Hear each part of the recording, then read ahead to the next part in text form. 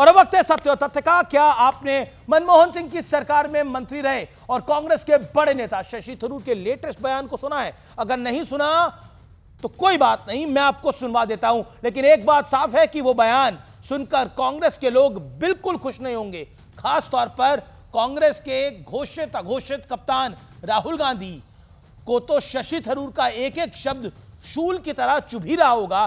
दरअसल शशि थरूर ने प्रधानमंत्री मोदी की पूरी दुनिया के सामने भरे मन से जी भरकर तारीफ करी है। आज शशि थरूर की यह बात आपको सुननी चाहिए। क्यों कहा गया है ये egg on the face? I'm still wiping the egg off my face because I was the one person in the parliamentary debate who actually criticized the Indian position at the time back in February 22. Shashi Tharoor कह रहे हैं कि रूस Ukraine युद्ध पर प्रधानमंत्री मोदी के stand की उन्होंने जो आलोचना की वो सरासर गलत थी। शशि थरूर की बात सुनकर मुझे अंग्रेजी की एक कहावत याद आ गई, Modi needs new haters, the old ones have become his fans now. वैसे गलती मान लेने में कोई बुराई नहीं होती व्यूअर्स, सेल्फ रियलाइजेशन इंसान को बहुत बड़ा बनाता है। लेकिन कांग्रेस पार्टी और राहुल गांधी को शशि थरूर का बड़प्पन कतई पसंद नहीं आ रहा है। हालांकि शशि थरूर के तेवर बीते कुछ दिनों में बदले बदले से दिख रहे हैं। 25 फरवरी को उन्होंने केंद्रीय मंत्री पीयूष गोयल के साथ एक्स पर एक तस्वीर शेयर की थी, तो 23 फरवरी को प्रधानमंत्री नरेंद्र मोदी और डोनाल्ड ट्रंप की मुलाकात की तारीफ कर डाली।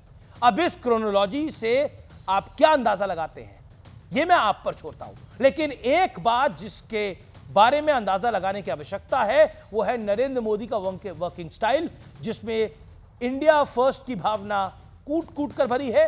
वासुदेव कुटुंबकम का भाव है। नरेंद्र मोदी के मन, कर्म और वचन में रचा बसा है।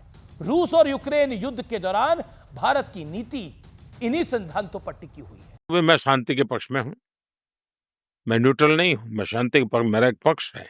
बीते 11 सालों में राजनीतिक विरोधियों ने मोदी को ना जाने कौन कौन सी गालियां नहीं दी।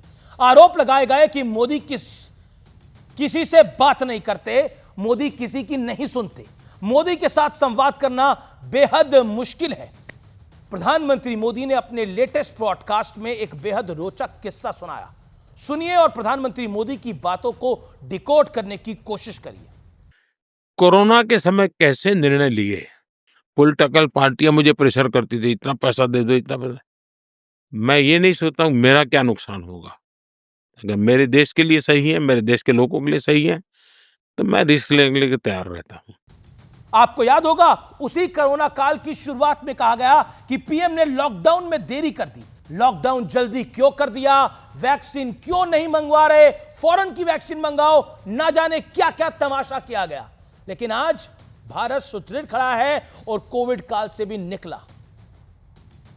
अब विरोधी भी मानते हैं, दबे शब्दों में सही, कि मोदी ने कोविड में भारत को बचा लिया, ऐसी रणनीति अपनाई। ये लोग कहते हैं, नेतागण कहते हैं। तो फिलहाल आज के सत्य और तथ्य में इतना ही। नमस्कार।